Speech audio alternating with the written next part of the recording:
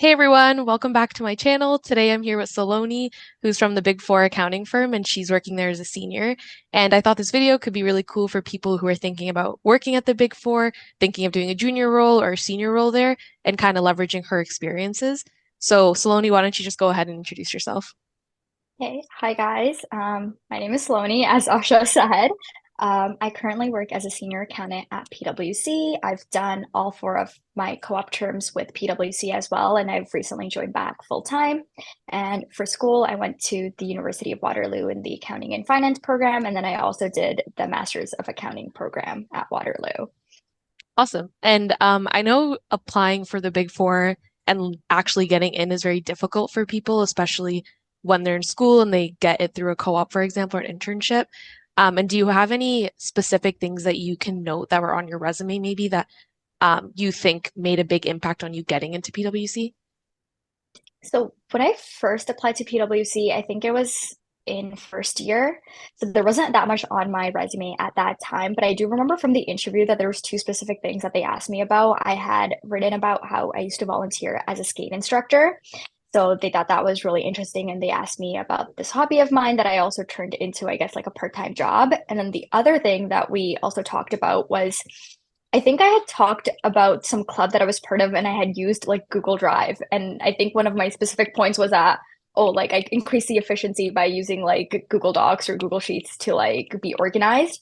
So they were like, oh, like tell me more about like how you use technology in your like day to day. So even though it's like something really simple, like everybody uses Google in their day to day, it's not like some innovative technology. I think that kind of just stood out to them that they were like, okay, like you're using like a simple tool to like make your daily life easier.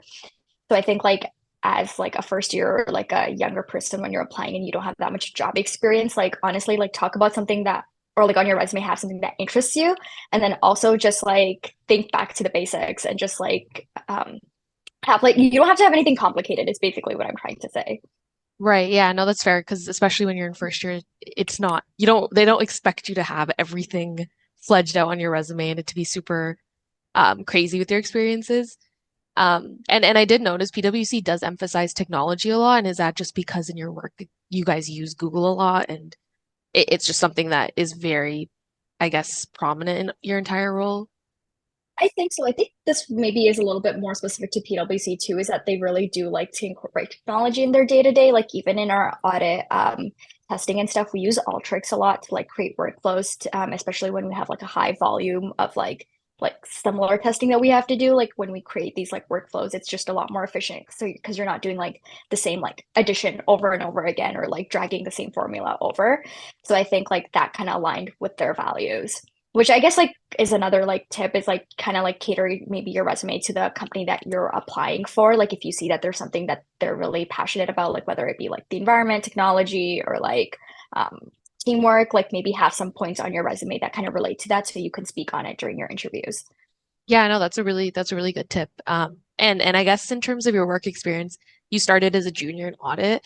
Do you mind kind of just talking about what an average day in your life looked like when you were doing that? Yeah, I feel like as a junior, like a lot of the times, like I was given like a specific, like maybe section of the audit or like a specific number of tasks. And it was like, okay, here you go. These are your tasks. And it was kind of up to me to like kind of self-manage and know like this is the audit deadline. These are like the documents that are coming in from the client. Like I have to like do my testing. So I found that I did a lot of like independent work, like just working like actually like doing the audit work. And then like if I had questions, then I would go to my team members, or then like maybe once in a while I'd like ask the client. So I feel like as a junior, you spend a lot of time like kind of like problem solving on your own and trying to like learn just by doing. Right, that's fair. And then you mentioned so did you also speak to the client as a junior? So like in your first term, were you already given the responsibility of kind of communicating with the client one on one? I think it kind of built up like near the end of my first co-op term. Like my senior would kind of like be like, "Oh, like Saloni, do you want to like ask your question?" And then like they'd still be on call. So like if I ever said something that was like incorrect or if I wasn't making sense, they would like jump in. And I think like even in my second and third co-op terms, like slowly, like I felt like my seniors like um loosening their like handle on me, I guess if that makes sense, and like empowering me to like either speak up with like the managers and also the clients like more and more as time went on. Yeah, that's awesome because I feel like the Big Four, that's a really good experience you get that they start actually giving you those responsibilities. And it's really awesome to hear that as a co-op and especially a junior, you're Yeah. able to literally talk to a client. And that's an experience I don't think everyone necessarily gets. And it's a really cool opportunity to get that at one of the big four firms. And then I guess now that you're a senior, I guess how is the role different from when you were a junior? I think I spent a lot less time doing like actual audit work and like testing, and a lot more of my time allocation is either like doing a lot of like admin work, like project management, like they're coordinating with like internal PwC teams, like my managers or the partner, or like also coordinating things with the client, being organized, like, making sure that we have like appropriate staff, like, and I also spend a lot of time like coaching as well, like explaining things to other junior team members. So I feel like maybe I'm not as much hands-on with the specific testing, but at the same time, like I have a better handle on the entire audit. Whereas like a junior, I think I only saw like the specific section that I was like working on. Like if I was just testing like investments, then like that's all I knew. But now as a senior, I feel like I know everything that's like going on all at once, or at least I try to. Right. Yeah. That that Yeah. that is very cool to be able to go from seeing things so granular to then seeing the entire file itself. Mhm. And then I guess now that you're a senior, you're able to see all these juniors that are at work. And are there specific things that you've noticed that actually set juniors apart from, I guess, the crowd and helping them perform beyond expectations? I feel like this is something that was like kind of told to me when I was a junior, and now as a senior, I do see why it's valuable. But I think it's like the ability to problem solve on your own. I think I'm gonna obviously preface like there's a big fine line between, trying to like spin your wheels and figure something out and then not getting anywhere versus like kind of using your resources. Like for example, I think like what I was told as a junior was like, oh, ask three people before you come to the senior or the manager, or like, like, or before asking a question, like do three things. So I kind of like do see that's what sets juniors apart is like someone that might come to me and be like, hey, like I checked prior year, couldn't figure it out. I checked like the audit guide, couldn't figure it out. So I think like maybe this is the problem, but I'm not sure. Can you help me out?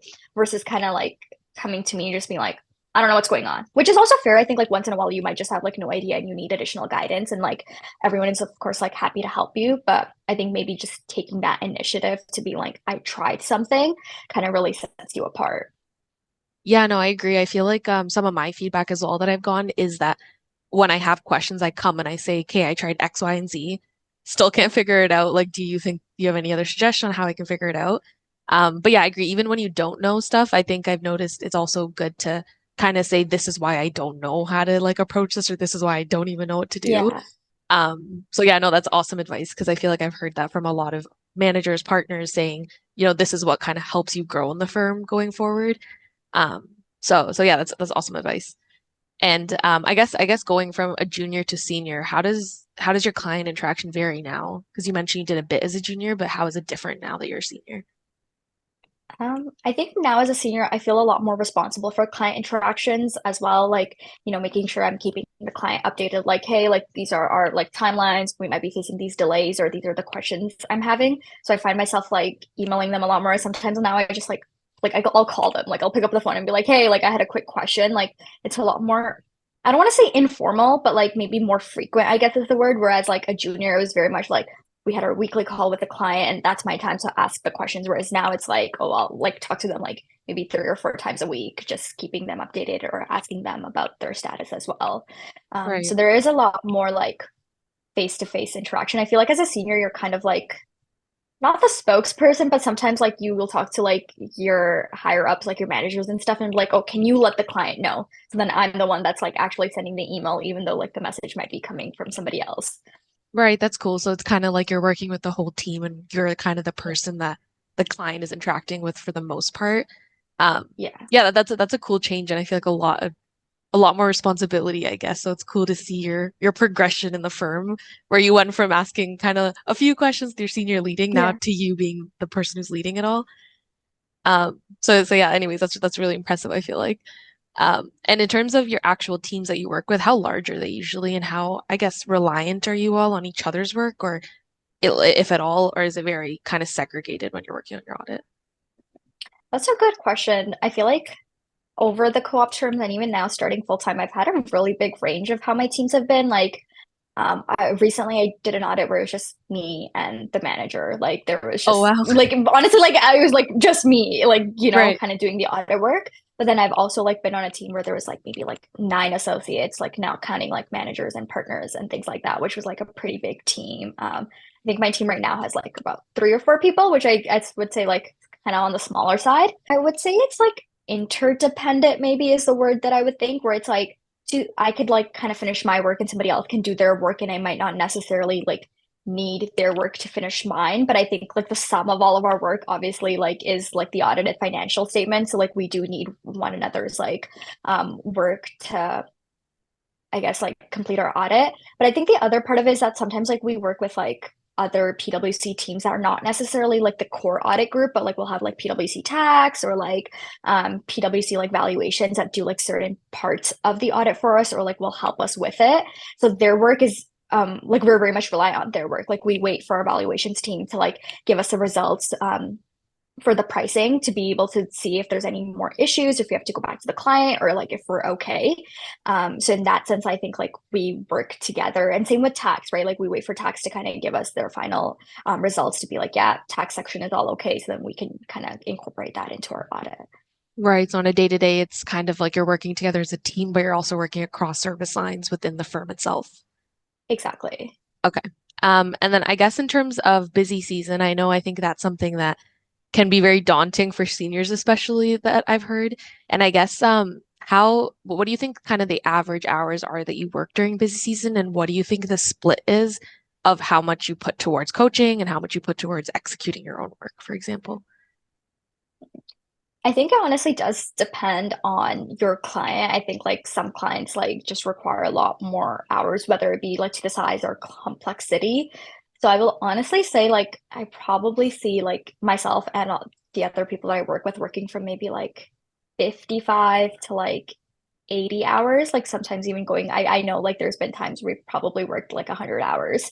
So on average, like maybe I'll put it up to like 65. I Right. don't know. Okay. I think it just varies. And then the allocation would probably be like as a senior now, I do spend most of my like mornings, for example, like coaching and then doing like client calls and like being organized. And then like the second half of my day is like where I'm actually like getting down and maybe doing like the one testing area that I'm responsible for or like looking at something that I have to like figure out a solution for.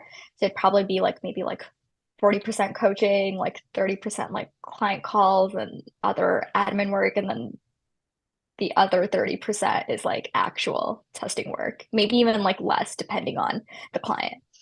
Okay, no, but that I guess that's a good gauge of kind of how your role is split up. And it's cool to see how many responsibilities you have as well as a senior. And then I guess when it's not busy season, what are the hours usually like then? Oh, that also varies because I think on average, maybe you do like your normal like 37 and a half, but I definitely like there's probably weeks where it's like a lot less as well, like maybe in the summer when it's a slow period or you haven't gotten any like documents back. So I feel like there is a lot of like fluctuations in the number of hours you work throughout the year. Right. And I guess when you're working so many long hours during busy season, it's nice to know it things kind of die down a bit more than average, I guess, to kind of help make up for time that you might have missed when you're overworking or working overtime, I guess, during busy season. Yeah, it definitely is like it doesn't feel real sometimes. Like when you don't have any work, I'm like, oh, I'm definitely Right. forgetting something, right?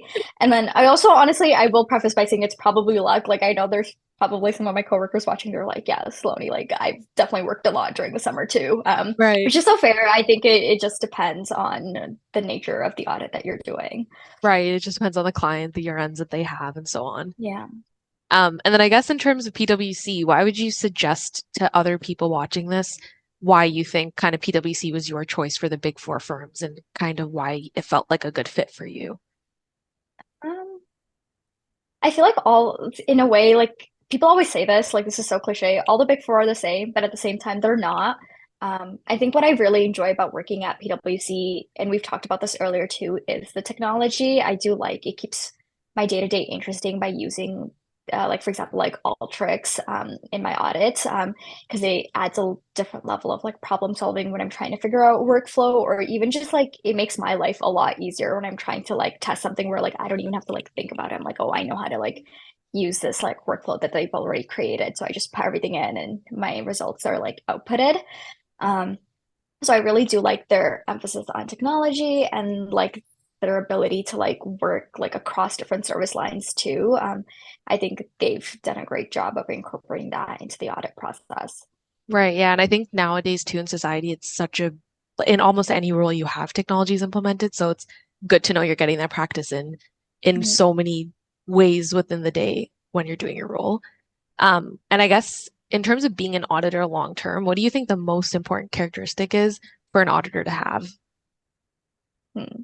I think I've been recently thinking about this as a senior too. I think you need to really have like professional skepticism. Like you need to be able to like ask like why is this happening? Or like I think just like maybe have a questioning mindset. Like I know like a lot of the time sometimes clients might even be like, yeah, like this is how we've always done things. Like, don't rock the boat. Like even though the auditor's asking like, yeah, like this kind of doesn't make sense. So, having that ability to be like, yeah, just because you've done this for like 10 years doesn't mean you've been doing it right. Or even just the being to like having that confidence to be like, no, but like I still want to understand why you are doing the way you're doing things. I think it can help you like add more value to your job as well, being able to be like, yeah, like you guys have been doing this way for like 10 years, but maybe you could be doing it a different way. And you kind of only get there by asking questions and like always like wondering.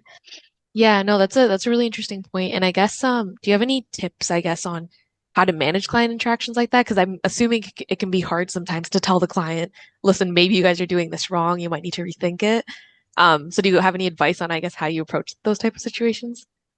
Yeah, no, that's a great point too. There are definitely like you're managing a lot of different personalities and like different interests. I think, it never hurts by just kind of providing context. Like I always try to like start my emails or like my questions being like, hey, so like from what I understand, like either like based on prior years or like whatever document that I may be looking at, like this is what I understand. I think it should be like blah blah blah because like, blah blah blah. But you guys are doing this. Can you just explain to me why you're doing it? Like kind of just not like going in guns blazing like you're doing this wrong like or you know this is incorrect, kind of just trying to understand where they're coming from because there's definitely been times where I've been wrong, like I just didn't understand. So I think like when I ask like more gently like why are you doing this, it helps me kind of figure out whether which approach to kind of go in. Right, no, that's fair because nobody knows the company better than them. So you're right. Like it's Exactly. normal sometimes to be wrong. So that's a really good point for people who are watching this and wondering how do I go about a client interaction where I think they're wrong but not sure. So I think that's honestly really great advice. And obviously you went from a junior to a senior also at PwC. So do you have any advice on, or like I guess do you know what the key thing is to help get promoted within the firm for you to do or for characteristic for you to have, things like that?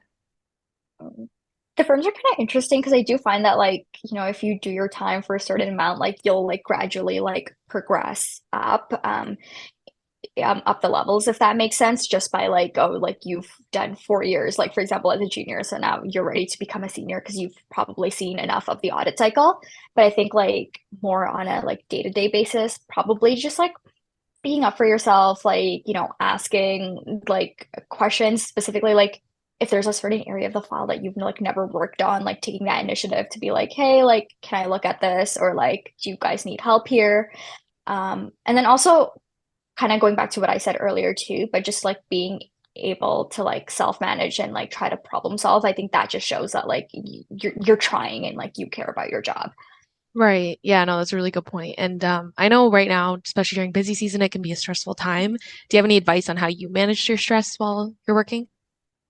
I think it's an ongoing journey. I'm still learning like what works best for me. I'm sure like other people are also like trying to figure out what works for them. Like I did find that like it's kind of similar to like school. Like I remember being so stressed out in school, but if you have like protected time, like for example, like like telling your work coworkers and also yourself, like I'm gonna take Friday nights off. Like this is like my night, and then like actually like making some sort of plan to like look forward to, even if that's like I'm gonna watch this movie or like I'm gonna go on TikTok for 3 hours. Like it's something that you're looking forward to. And then also like because now that we're back in the office, like I try to like take opportunities to take more breaks. I think it's a lot harder when I work from home personally. Like I don't necessarily take that many breaks. I'm just at my desk the entire day working. But at the office, if a coworker's like, hey, like I'm gonna get coffee, do you want to come? Then I'll be like, yeah, like, if I'm able to, like I make that time, like take that 15, 20 minutes to like go on a walk with them and then creates more breaks in my day and like also gives me like an outlet to like vent to someone about maybe how my work day's going. And then also like that goes on to the other point of just having like a good support system and like people like you can like talk to about either what's going on at work or just like completely have different conversations if that's what you need to like decompress and have those boundaries.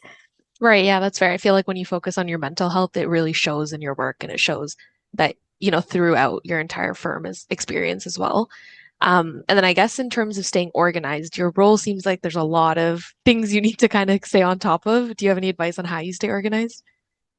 Um, I think like okay, I guess like for me specifically, like I have like a Google Sheet, like a huddle board where I have like all the key information that's like related to the audit, like like deadlines, key links, like key contacts, which I think is like a good way for like the team to also kind of like it's kind of like a frequently asked questions section where like they can go and like have a lot of their like common questions answered. And then it's also good for me to kind of see like, oh, these are like the key like deliverables that like I have to get done, or like these are the questions the managers asked. So I think like just taking a lot of meticulous notes, being organized, and then honestly, like a big part of it is also just like in my brain, like on a day-to-day basis, like I'll wake up in the morning and I'll like write down on a piece of paper, like these are the things I want to do today, like in the first like maybe like 30 minutes. So then like when I actually get started in my workday, then like I can like stay on track. Right, awesome. And then I guess just to end off the video, do you have any final tips for anybody watching this who kind of is thinking of working at the Big Four or they're about to get promoted to being a senior? Hmm. One of my managers actually told me this like very early on in my first co-op, but it was like, we're not saving lives here. Like, of course, like the work that we do is important and you're providing a lot of value to like your coworkers and your clients. But I think like just to remember at the end of the day, like, no matter how stressful things get or like you might not know anything and things feel really overwhelming, like it's okay. You're not supposed to know all the answers. Don't know something, like I'll try to figure it out. I'll do exactly like what I would tell my juniors is like I'll ask like a friend, I'll like Google it even sometimes, and then like if I still don't know, then I go to like another team member that might have like more knowledge. Right. So I think just like having that understanding that like to work hard, but at the same time, like, you know, just don't put an extra pressure on yourself because like it's stressful as it is. Right, yeah, that's good advice. And I feel like also a big part of working full time is imposter syndrome. And I feel like Mhm. that's also something to kind of get over as well. Which it sounds like where we all kind of face, honestly, in this day and time, because you're right, we do put a lot of pressure on ourselves and that happens. So that's honestly really, really great advice. But yeah, overall, thank you so much for doing this video, and I hope this helps anyone watching this video using Saloni's experiences and some tips she's provided. And good luck to everyone watching, whatever part of your journey you're on right now. I'm sure you guys are going to do great. So yeah, thanks for watching this video, and thanks Saloni for doing this as well.